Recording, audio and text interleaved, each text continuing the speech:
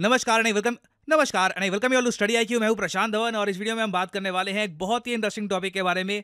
हाल ही में बांग्लादेश की प्रधानमंत्री गई चाइना में। नाउ इनकी जो ये विजिट है ना, इसको लेकर लंबे समय से काफी एंटिसिपेशन थी। लोग मान के चल रहे थे बांग्लादेश की पीएम शेख हसीना ये जाएंगी चाइना में, चाइना पक्का इनको लोन दे देगा 2, 3, 4, 5 बिलियन डॉलर्स के, और फिर से इंडिया के सामने चैलेंज खड़ा हो जाएगा क्योंकि चाइना उसके बदले में कोई ना कोई पोर्ट मांग लेगा बांग्लादेश का। बट यहाँ पे हुआ कंप्लीटली ऑपोजिट। देखो, इंटरनेशनली ना हमको आदत पड़ गई है कि कंट्रीज के लीडर्स दूसरे कंट्री में जाते हैं, विजिट होती है और बस हाथ मिला लेते हैं। सब कुछ प्री डिसाइडेड होता है कि किस टॉपिक पे बातचीत होगी, दोनों कंट्रीज क्या अनाउंसमेंट करेंगे, और कोई भी विजिट फेल नहीं होती।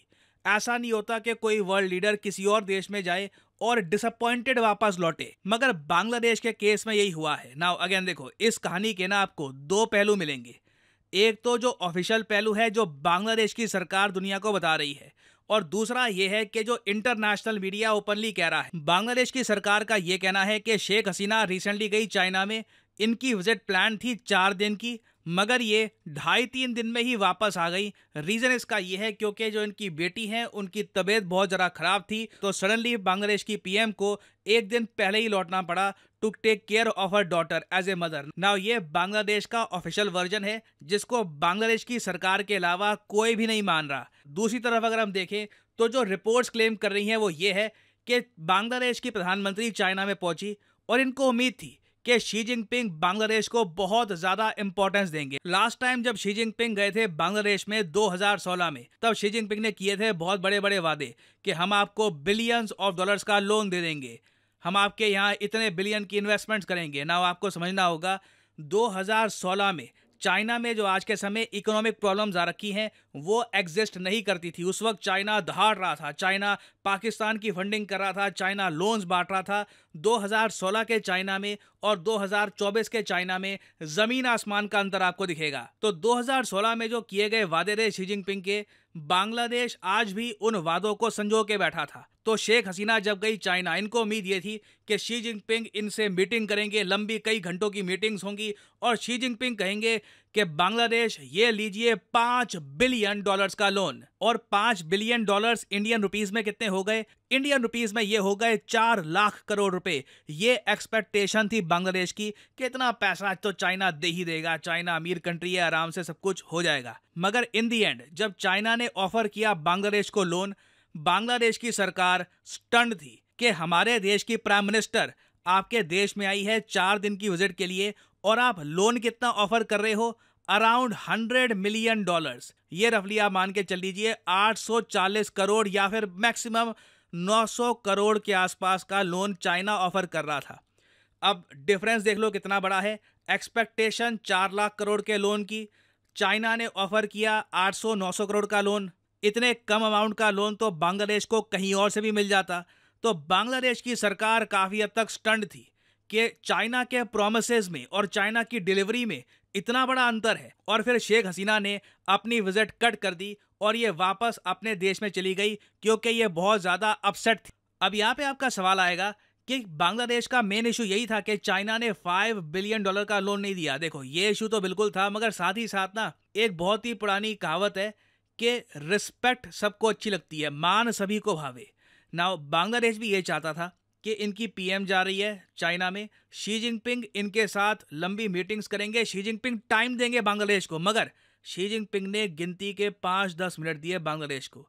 इनकी पीएम आई, शी जिनपिंग से हाथ मिलाया, एक फोटो ऑप हुआ, और उसके बाद जो चाइना के प्रीमियर हैं उन्होंने बात करनी स्टार्ट कर दी बांग्लादेश की पीएम से।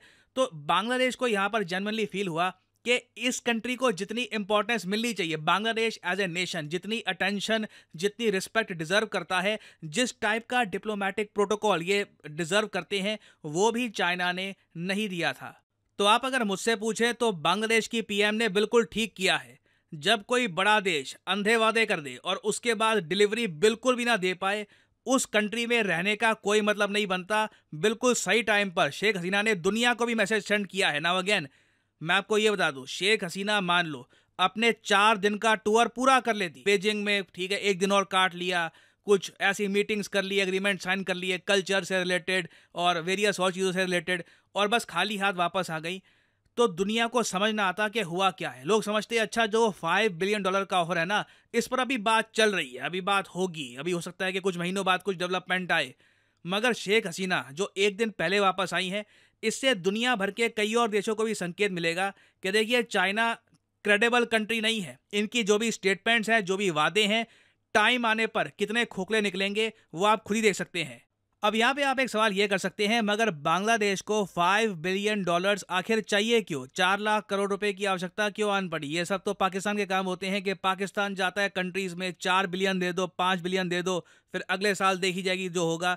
ये बांग्लादेश क्यों कर रहा है? देखो लोग भूल जाते हैं, हम एक्चुअली काफी बार ना इंडिया में पाकिस्तान की जो इकोनॉमिक हालत है इस पे इतना फोकस करते हैं because of the Kashmir issue. हम काफी बार बाकी कंट्रीज की जो इकोनॉमिक हालत है उस पे इतनी अटेंशन देते नहीं है। बांग्लादेश फॉर एग्जांपल एक बैलेंस ऑफ पेमेंट क्राइसिस से गुजर रहा है, मतलब कि इनके एक्सपोर्ट्स कम हो रहे हैं, सरकार का खर्चा लगातार बढ़ रहा है, जो इनका करंट अकाउंट डेफिसिट है आप अगर देखो तो ये 8 बिलियन के ऊपर जा चुका है। कंपैरेटिवली पिछले साल ये 2.5 बिलियन के आसपास हुआ करता था। और बांग्लादेश आज के समय एक IMF प्रोग्राम के अंडर है। जी हां, पाकिस्तान की ही तरह बांग्लादेश ने भी हाल ही में IMF से $4.7 बिलियन सिक्योर किए हैं। ये जो अमाउंट है धीरे धीरे IMF रिलीज करेगा, कभी 1 बिलियन मिलेंगे, फिर इवेंचुअली 2 बिलियन। और आप जानते हैं जब IMF का प्रोग्राम चलता है किसी कंट्री में तो वहां पर इन्फ्लेशन की प्रॉब्लम आएगी, महंगाई आएगी, उस कंट्री की ओवरऑल जो इकोनॉमिक ग्रोथ है उस पर भी नेगेटिव इंपैक्ट आएगा, कॉस्ट ऑफ लिविंग काफी हद तक बढ़ जाएगी। और ये सब चीजें बांग्लादेश में देखी जा रही है। तो बांग्लादेश को ना कहीं से IMF के अलावा थोड़ा सा एक्स्ट्रा अमाउंट चाहिए। अगर इनको $5 बिलियन का लोन कहीं से मिल जाता तो बांग्लादेश कंफर्टेबली अपने देश में वो पैसा इन्वेस्ट कर पाता और कोशिश कर पाता इवेंचुअली कि अपनी इकोनॉमी को ये सही तरफ लेके जाएं। बट अभी के लिए बांग्लादेश के पास एक ही ऑप्शन बचा है, वो है इंडिया। नाउ इंडिया बांग्लादेश को क्या $5 बिलियन देगा नहीं देगा देखना होगा। वैसे आपने देखा होगा रिसेंटली ही बांग्लादेश की PM इंडिया आई थी प्राइम मिनिस्टर मोदी की स्वेरिंग इन सेरेमनी को अटेंड करने के लिए।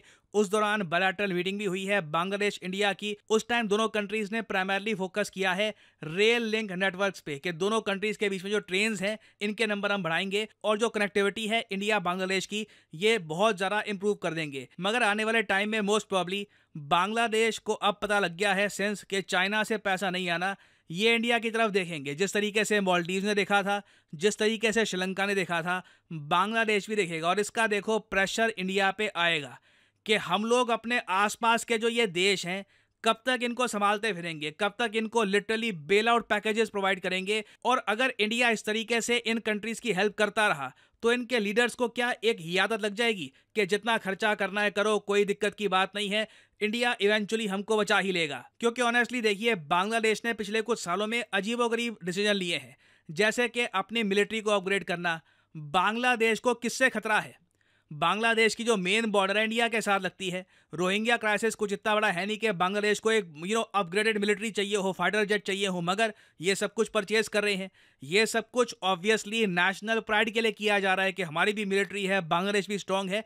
ये सब करने की इनको आवश्यकता नहीं है। इंडिया का केस कंप्लीटली डिफरेंट है।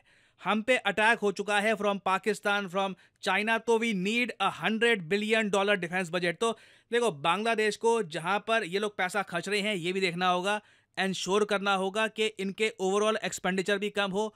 मोस्ट प्रॉब्ली इंडिया इनकी हेल्प को आएगा, बट देखना होगा कि क्या वो हेल्प $5 बिलियन की होगी या फिर 1-2 बिलियन के आसपास की होगी। वैसे मैं यहाँ पे आपसे पूछना चाहूंगा, सिंस चाइना ने बांग्लादेश की हेल्प नहीं करी, क्या आप मानते हैं कि इवेंचुअली इंडिया को हेल्प करनी चाहिए बांग्लादेश की, या फिर आप मानते हैं कि नहीं बस बांग्लादेश की हेल्प करने की जरूरत नहीं है, ऑलरेडी हमारे देश पे बहुत प्रेशर है, no need to do this? लिखेगा इसके बारे में कमेंट सेक्शन में, मैं जानना चाहूंगा आपका ओपिनियन। और फाइनली आप लोगों से यहाँ पे मैं क्वेश्चन भी पूछूंगा। क्वेश्चन ये है कि हाल ही में किसको इलेक्ट किया गया है as the new prime minister of Nepal for the 3rd term? Bharat के लिए काफी इंपॉर्टेंट है क्योंकि यह आदमी हिस्टोरिकली इंडिया का फ्रेंड नहीं रहा है, इंडिया को लेकर काफी नेगेटिव स्टेटमेंट्स दिए हैं इस आदमी ने। तो बताइए नेपाल के नए प्राइम मिनिस्टर कौन बनेंगे? ये है यहाँ पे आपकी ऑप्शंस, पुष्पा दहल, KP ओली, रामचंद्र पौडल, प्रताप सिंह शाह। कमेंट सेक्शन में करिए उत्तर। जो लोग सही आंसर देंगे उनकी कमेंट को मैं हार्ट दे दूंगा ताकि बाकी लोग समझ पाए कि सही आंसर क्या है। और फाइनली यहाँ पर मैं ये भी ऐड कर दूं कि स्टडी IQ का UPSC बैच प्रतिज्ञा ये शुरू हो चुका है। इसकी जो एनरोलमेंट है शुरू हो चुकी है। इसकी जो क्लासेस हैं